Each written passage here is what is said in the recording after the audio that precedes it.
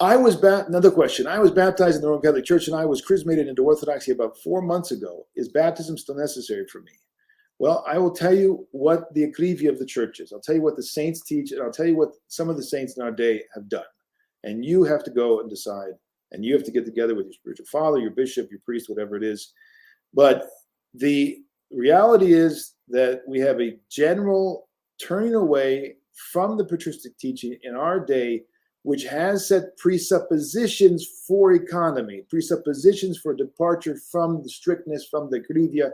Those presuppositions exist, and they're in the patristic teachings. They're in the Pedalion, the collection of canons. They're in the saints, like Saint Paisios Veloskovsky or Saint Hilarion Trotsky or many of the elders of Mount Athos.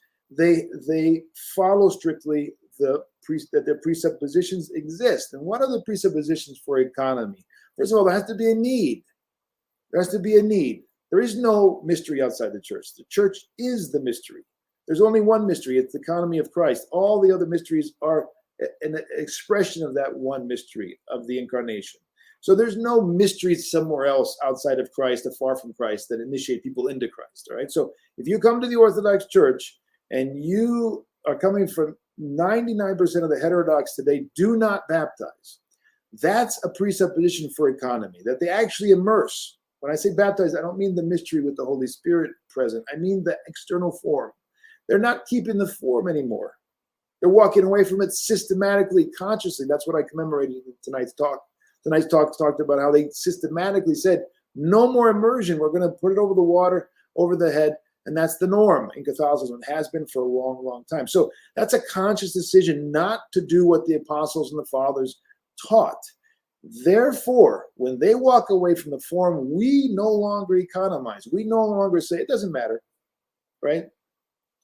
We no longer say it's okay to receive them by chrismation. We say they have to be baptized. They have to receive the immersion. They have to receive the baptism. That's what baptism means.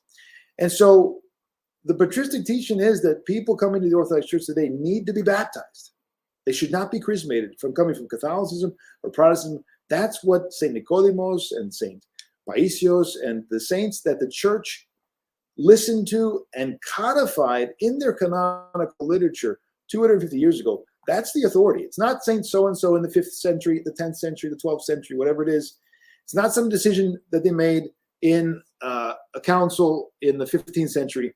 It's what came down to us in the Book of Canons and the interpretation from the Ecumenical Patriarchate and the saints who have poured over this and said, this is what the patristic teaching is.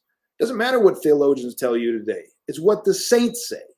We follow the Holy Fathers and the saints. We don't follow Professor so-and-so and Dr. so-and-so.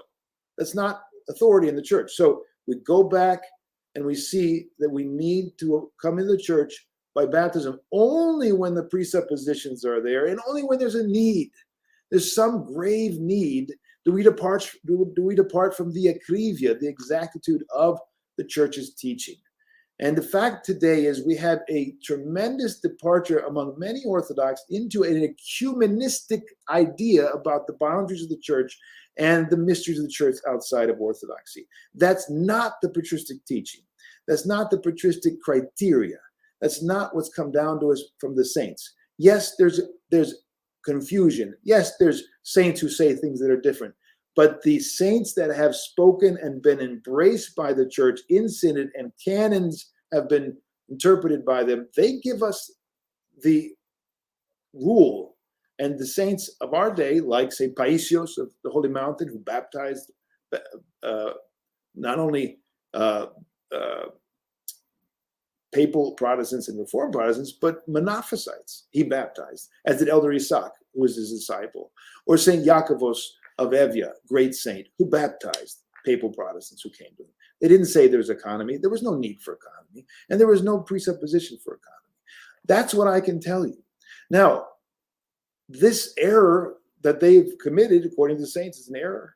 Should not have been done. The presuppositions were not there. The economy was not wise and according to the Holy Fathers and according to the teachings of the saints.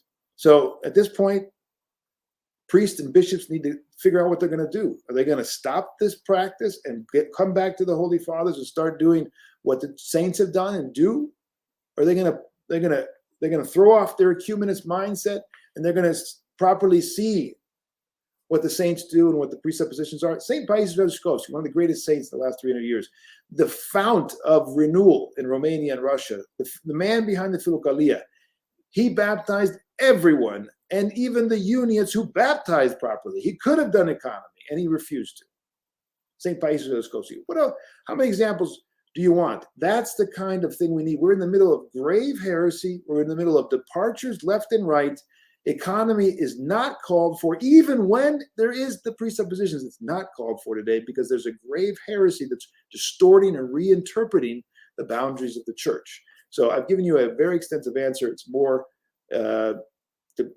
beyond your question, but I think, that's what I can tell you. I can't tell you every particular case. What you're going to do now with that information, you're going to have to go and pray and find somebody to guide you according to the patristic teaching.